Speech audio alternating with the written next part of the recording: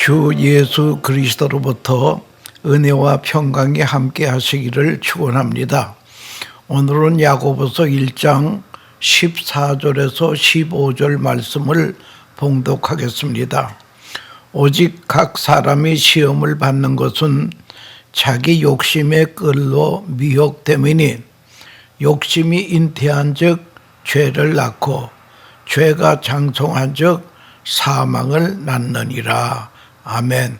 이 말씀을 가지고 욕심을 버릴 수 있다면, 욕심을 버릴 수 있다면이라고 하는 주제로 말씀드리려고 하는 것입니다. 사람들은 더 많이 가지면 행복할 것이라고 생각합니다. 그러나 정말로 부유한 생활을 하면 행복해지겠습니까? 최근 전 세계의 151개국을 대상으로 국가별 행복 지수를 조사했습니다. 그런데 중남미의 코스타리카가 1등이 되었다고 하는 것입니다. 2등은 베트남이라고 했습니다. 그런데 국내 총 생산 GDP가 제일 높은 미국은 105위를 했다고 합니다. 영국, 프랑스, 독일 등은 40권에 그쳤다고 하는 그런 것입니다. 우리나라는 많이 소득이 높아져 3만 불 소득이 됐는데 63위를 차지했다고 합니다. 최근 고도 성장으로 세계 경제를 주름잡은 중국은 종전에는 행복지수가 20위였는데 지금은 60위로 밀려났다고 합니다. 반면에 1등에서 10위는 모두 경제력이 취약한 나라라고 하는 것입니다. 이것이 바로 행복의 역설이라고 하는 것입니다. 사람들은 더 많이 가지면 행복할 것이라고 하는 생각합니다마는 실제로 행복이라고 하는 것은 객관적인 조건이나 소득 수준과는 별개일 때가 많다는 것입니다. 더 많이 가지면 행복할 것이라는 착각은 인간 안에 있는 욕심이라는 죄의 뿌리에서 나온 것이라고 합니다. 욕심에서 탐욕으로, 욕심은 무엇을 지나치게 탐내거나 누리고 싶어하는 마음이라고 합니다. 우리가 보통 욕심이라는 말을 쓸 때는 긍정적으로 쓸 때가 있는가 하면은 부정적으로 쓸 때도 있습니다. 시편 기자도 하나님을 찾으려고 하는 자기의 마음을 마치 욕심을 부리는 상황에 비유한 것이 시편 42편 2절, 63편 1절, 143편 6절에 나타나는 것입니다. 다윗은 하나님이 반드시 자기의 소원을 이루어 주실 것에 대한 기대, 이 단어를 욕심이라고 썼습니다. 신약에도 욕심을 의미하는 헬라어가 에피드미아라고 하는 것입니다. 강한 열망을 말하는 것입니다. 그러므로 우리는 긍정적인 의미의 욕심은 가져야 됩니다. 열정, 열망, 다 이건 좋은 긍정적인 면의 욕심이라고 하는 것을 알아야 될 것입니다. 사실 자본주의가 돌아가는 밑바탕에는 어느 정도 사람의 긍정적인 욕심이 깔려 있습니다. 열심히 일해도 결과가 소득이 똑같다면 누가 열심히 일을 하겠습니까? 이처럼 긍정적인 욕심은 사회를 발전시키는 힘이 된다고 하는 것입니다. 그러나 문제는 오늘 본문에서 말씀하는 그 욕심이라고 하는 것은 욕심이 죄를 낳고 죄가 장성해서 죽음에 이른다는 것입니다. 본문 말씀이 가르쳐져 있는 욕심은 가장 특징이 자란다고 하는 것입니다. 과한 욕심은 결국 죄를 낳게 되며 그 죄가 자라서 결국에는 죽음에 이른다고 하는 것입니다. 욕심이 자라다 보면 탐욕이 됩니다. 탐욕은 재물에 대한 멈추지 않는 욕망을 말하고 있습니다. 탐욕의 끝은 결국 재물, 돈을 더 가지라는 것으로 나타나는 것입니다. 기독교의 전통에서 탐욕은 교만, 시기, 탐심, 분노, 정욕, 게으름과 더불어 일것까지 대죄에 속하는 것입니다. 옛날 수도원의 교부들도 중세기의 수도사들도 일것까지 큰 죄는 다른 죄를 낳는 죄의 뿌리라, 근원이라고 말하고 있습니다. 그래서 결국은 죽음에 이른다는 결과를 가져옵니다. 러시아의 문어 톨스토이의 단편 소설 중에 사람은 얼마만큼 땅이 필요한가? 사람은 얼마만큼 땅이 필요한가? 그 소설에서 바훔이라는 사람이 시골에서 농사를 짓고 잘 살고 있습니다. 그런데 지나가는 나그네가 바시크라고 하는 러시아의 그 어떤 지방은 땅값이 아주 싸다고 합니다. 그래서 얼마나 싸냐고 했더니 하루 치료가 1,000루블이라고 합니다. 1,000루블이라고 하는 것은 달러로 말하면 10불 20센트 정도밖에 안 되는 아주 화폐 단위월수다. 루블이라고 하는 것은 러시아의 화폐 단위월수다. 하루 치료란 무엇인가니 하루 종일 걸은 땅이라고 하는 것입니다. 하루 종일 걸은 땅이 달러로 10불 20센트면은 종일 걸은 땅이 다 내 땅이 된다라고 하는 것입니다. 그 말을 들은 바훔은 진짜 그런가 해가지고 그 지방으로 가서 초원장을 만났습니다. 초원장을 만나서 내가 땅을 사러 왔습니다. 그랬더니 소문대로 하루 걷는 땅에 1,000루블이라는 것입니다.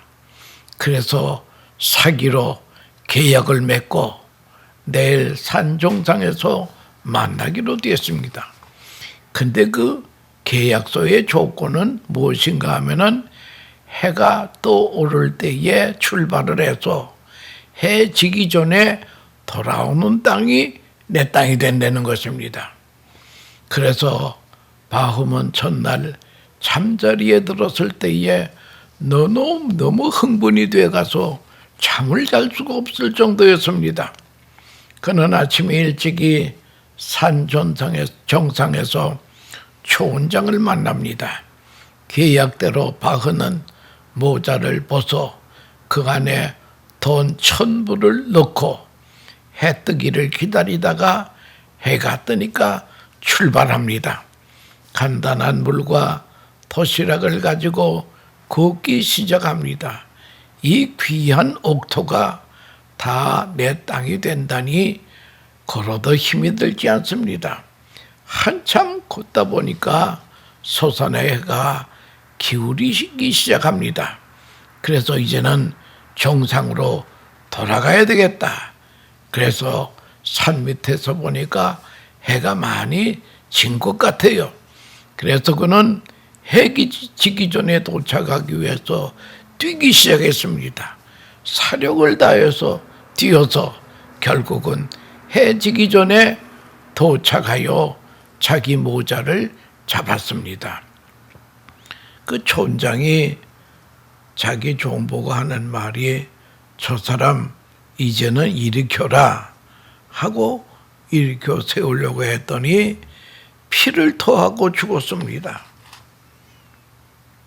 그래서 촌장이 종도로 그러면 저 사람 땅을 파서 시체를 묻어주어라. 그래서 종이 바후에 키를 자로 재서 구덩이를 파묻었습니다. 그 구덩이의 길이는 2m 정도였습니다. 결국 2m 정도의 땅이 필요한 인간이 그렇게 많은 땅을 가지려고 하는 그 욕심이 결국 죽음을 초래했다고 하는 것입니다. 욕심이 잉태한즉 죄를 낳고 죄가 장성한즉 사망을 낳느니라는 말이 그대로 맞아떨어진 것입니다. 어느 도시에 남편을 파는 백화점이 있다는 것입니다. 남편감을 파는 백화점이었다. 이 백화점에 가면 마음대로 남편감을 골라 살 수가 있다는 것입니다. 그런데 그 백화점의 규칙이 무엇인가 하면 한 번 올라가면 다시는 내려올 수는 없다는 것이에요. 그래서 두 처녀가 꿈에 그리던 남편을 살려고 찾아갔습니다. 1층에 딱 문을 열고 들어가 보니까 이 남자는 좋은 직업이 있고 아이들을 사랑하는 남자들이라는 것입니다. 그러니까 이 처녀들이 야 괜찮구나. 1층이 이 정도면 한층 더 올라가 보자. 그래서 2층에 올라가 봤더니 좋은 직업을 가져서 돈을 잘 벌고 아이들도 좋아할 뿐만 아니라 잘생긴 남자들이었습니다. 그러니까 이 처녀들이 야 좋구나. 더 올라가 보자. 3층에는 돈 잘 벌고 아이를 좋아하고 아주 잘 생겼고 집안일도 잘 도와주는 남자라는 겁니다. 그러니까 이 처녀들이 와 하고 거기서 멈출까 했는데 4층에 또 올라가 보자. 그래서 4층에는 돈 잘 벌고 아이들을 좋아하고 잘생긴 남자고 집안일을 도와주는 로맨틱한 남자라는 것입니다. 그래서 맙소사 이만큼 돼서 멈춰야 되는데 4층이 이 정도면 5층은 대단하겠구나. 그래서 또 욕심김에 5층으로 올라갔습니다. 5층에 출입문을 열자마자 적혀있는 문구가 exit, 나가는 곳. 이제는 나가는 길밖에 없다는 거예요. 도로 내려갈 수는 없다는 거예요. 이 말은 우스운 이야기입니다마는 탐욕의 끝을 보여주는 이야기라고 하는 것입니다. 강물이 계속 흘러도 바다는 채우지 못한다고 전도서 1장 7절에 말씀하고 있습니다. 여러분, 인간의 욕심이라고 하는 것은 밑빠진 독에 물을 붓는 거나 마찬가지인 것입니다. 인간의 탐욕은 만족할 줄 모릅니다.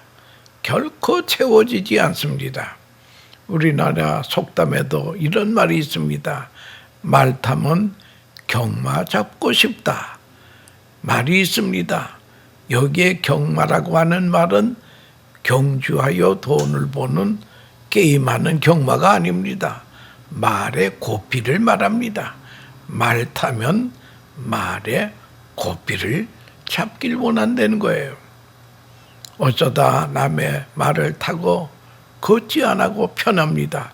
그런데 말을 계속 타다 보면 말 고삐를 잡게 되고 누가 이 말을 끌어주면 좋겠다는 그런 생각도 든다는 거예요. 요즘 말로 말하면 내가 좋은 차를 하나 샀습니다. 그것도 만족해야 될 텐데, 아니, 기사도 쓰고 싶다. 여러분, 인간의 욕심이라고 하는 것은 한이 없습니다. 인간의 욕심의 특징은 끊임없이 성장한다고 하는 것입니다. 어떤 분이 탐욕에 자갈길을 걷습니다. 탐욕에 눈이 어두워지면 울퉁불퉁한 자갈길을 걸으면서 발밑에 깔린 것들을 하나, 둘, 셋, 넷 집어서 가방에 넣고 호주머니에 넣습니다. 여러분, 이 참 자갈 같은 것을 넣어서 뭘 하겠다고요. 가다 보니까 그게 짐이 되기도 하고 걷기가 어렵게 된다는 거예요. 결국은 마지막에는 다 버려야 된다는 거죠. 인간 욕심 있는 사람은 보기에는 이 돌이 보석같이 보이기 때문에 그렇게 된다라고 하는 것입니다. 인류 역사상 유래를 찾아볼 수 없을 만큼 부유하게 살았던 인물이 존 디 락펠러이시다. 그가 세상을 떠나자 사람들이 회계를 담당하던 직원에게 물었습니다. 고인이 돈을 얼마나 남겨두고 가셨습니까? 그랬더니 회계 직원의 대답은 간단했습니다. 가진 것 전부 다 듣고 가셨더라고요. 전도서 5장 15절에도 그가 모태에서 벌거벗고 나왔은즉 그가 나온 대로 돌아가고 수고하여 얻은 것을 아무것도 자기 손에 가지고 가지 못하리니 하는 게 말이 전도서 5장 15절에 있지 않습니까? 세상에 그 어느 것도 영원한 내 것은 없다라고 하는 것을 알아야 될 것입니다. 우리가 지금 가지고 있는 것도 하나님이 우리에게 잠시 맡겨준 것입니다. 우리는 하나님의 것을 잠시 맡아서 관리하는 청지기에 불과하다고 하는 것입니다. 지금 자신이 가지고 있는 것이 아무리 좋아도 아무리 비싸도 영원히 움켜질 수는 없다라고 하는 것입니다. 결국은 다 내려놓아야 할 자갈이라고 하는 것입니다. 그러나 이 땅에 내가 수고해서 얻은 보물을 여기 다 두고 갈 수밖에 없습니다만은 그러나 하나님 나라에 미리 보낼 수는 있다는 거예요. 하나님 나라에 미리 보낼 수 있는 것은 이 땅에서 하나님의 영광을 위해서 선하게 씌어진 물질은 결국 하늘나라에 도달하게 된다는 거예요. 그래서 예수님께서 네 보물이 있는 곳에 내 마음도 있느니라고 하는 그런 말씀을 하셨습니다. 여러분, 탐욕이라고 하는 게 무엇입니까? 욕심이라고 하는 것이 무엇입니까? 우리 인간의 열정이 하나님 아닌 하나님이 만드신 피조물을 향할 때에 발생하는 것이 탐욕이라고 하는 것입니다. 우리의 열정이 하나님을 향하여야 되는데 하나님이 만드신 피조물을 향할 때 탐욕이 된다라고 하는 그런 말씀이 되겠습니다. 성경은 탐욕에 대하여 경고합니다. 십계명의 마지막 10번째 계명이 네 이웃의 아내를 탐내지 말지니라. 네 이웃의 집이나 그의 밭이나 그의 남종이나 그의 여종이나 그의 소나 그의 나귀나 네 이웃의 모든 소유를 탐내지 말라고 신명기 5장 21절에 말하고 있습니다. 또한 예수님은 사람에게서 나오는 것이 사람을 더럽게 한다고 하시면서 탐욕이 그 중에 하나라고 마태복음 7장 20절 이하에 말씀하고 있습니다. 사도 바울은 돈을 사랑하고 탐내는 것이 일만하게 뿌리라고 했습니다. 성경은 탐심은 우상숭배라고 했습니다. 우상숭배하는 나라를 하나님이 반드시 심판한다고 성경은 말하고 있다라고 하는 것입니다. 성경에는 탐욕에 빠진 인물들의 이야기가 많이 있습니다. 한 예를 들려면 여리고성 점령할 때에 아간이라고 하는 것은 여리고성에서 취한 노획물을 절대 사사로이 가지지 말라고 그랬는데 자기가 그 물건을 사사로이 가지고 그것을 숨겼다가 결국엔 그 아간만 죽은 것이 아니라 그 집의 식구들도 몽땅 죽었다고 하는 기록이 여호수아 7장 20절 이하에 있습니다. 그러는가 하면은 사울이 일대 왕이 되었을 때에 아말렉과의 전투에서 하나님께서 사울아 아말렉에 있는 것은 모두 진멸하라고 했습니다. 진멸이라는 것은 몽땅 다 죽이라는 거예요. 그런데 이 말씀을 무시하고 자기가 좋아하는 양과 소를 살려두어 가지고 갔다는 거예요. 사무엘상 15장 7절로 9절의 말씀이 옳시다. 하나님은 그 일로 인해서 사울을 버리셨다고 하는 것을 알아야 됩니다.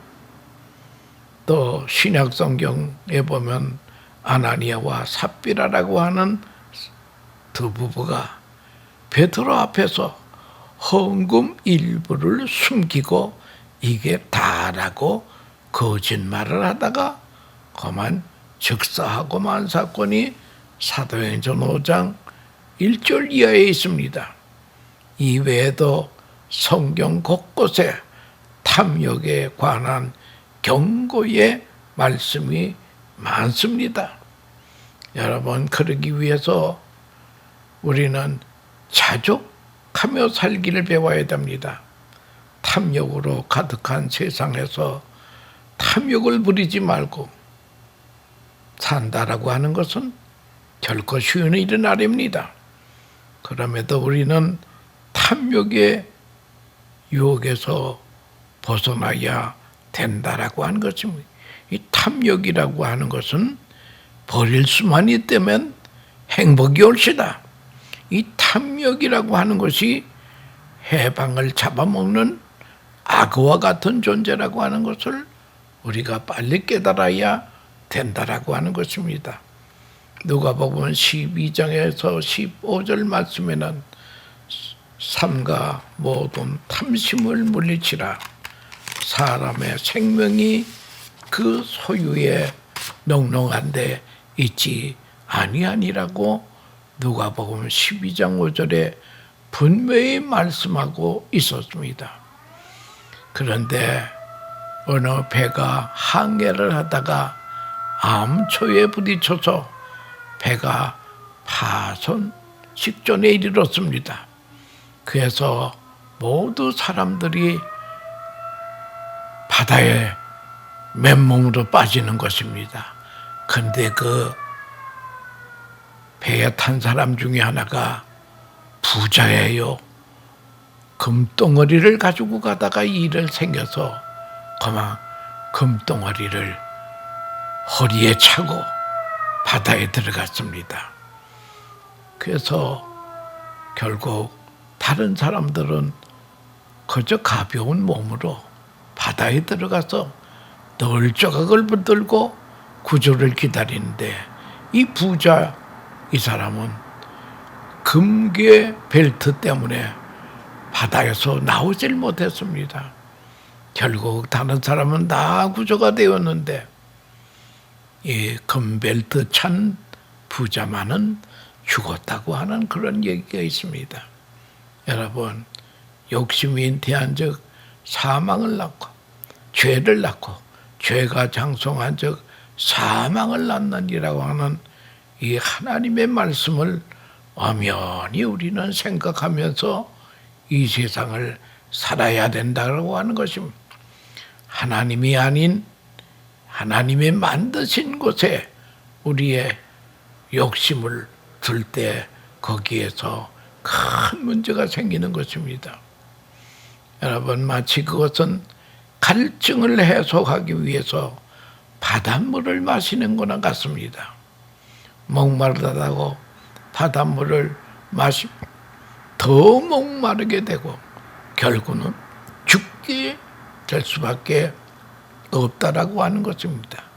세상에 어느 곳으로도 우리의 목마름을 해결할 수 없습니다.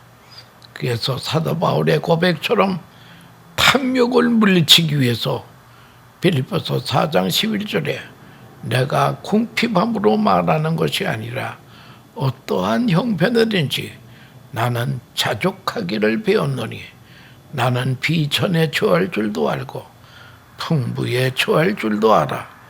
모든 일, 곧 배고픔과 배부름과 배고픔과 풍부와 궁핍에 처할 줄도 아는 일체의 비결을 배웠노라. 내게 능력 주시는 자 안에서 내가 모든 것을 할 수 있나니라라고 고백하고 있습니다. 요한복음 4장의 14절 보면 내가 주는 물을 마시는 자는 영원히 목마르지 아니하리니 내가 주는 물은 그 속에서 영생하도록 솟아나는 샘물이 되리라. 요한복음 4장 14절에서 예수님이 직접 하신 말씀입니다. 예수님이 사마리아 수가성 여인에게 주셨던 생명수 같은 말씀이 지금 우리에게도 임하여야 된다라고 하는 것을 알아야 될 것입니다. 여러분, 성경적으로 생각할 때에 탐욕과 욕심을 물리치는 가공할 무기는 자족하는 생활이고 감사하는 생활이라고 하는 것을 알아야 될 것입니다. 여러분, 욕심의 마음을 비우고 귀한 믿음으로 채워줘야 됩니다. 성경은 빈집은 위험하다고 경고하고 있습니다. 그래서 우리는 우리의 신앙을 이렇게 표현해야 됩니다. 나는 예수를 믿어 구원받은 사람이다. 나는 예수를 믿어 하나님의 자녀가 되었습니다. 세 번째, 저는 예수를 믿어 천국 백성이 되었습니다. 네 번째는 하나님께서 선물로 주신 오늘 하나님의 말씀으로 가르침을 받겠습니다. 다섯 번째로 눈을 열어 주의 법 안에 있는 놀라운 진리를 깨닫게 하소서. 여섯 번째는 아멘으로 순종하며 하나님께 영광 돌리는 삶을 살게 주옵소서. 일곱 번째는 자족과 감사로 채워지게 하여 주시옵소서. 여러분, 이렇게 외치고 신앙 고백을 하면 한 번밖에 안 가는 인생길 자족하며 감사하며 행복하게 인생길을 걸을 수 있다라고 하는 귀한 사실을 멍명심하면서 이런 것이 어려우면 항상 성령님의 도움을 구하시면 됩니다. 성령은 보혜사입니다. 보혜사는 파라크레토스, 내 옆에서 나를 도와주시는 분이라는 거예요. 나를 도와주시는 분이 계시는데 뭐가 걱정이 있겠습니까? 겸손히 성령님의 도움을 구해서 우리가 욕심을 버리고 자족하는 마음으로 감사하는 믿음으로 승리하는 복된 성도들 되시기를 축원합니다. 감사합니다.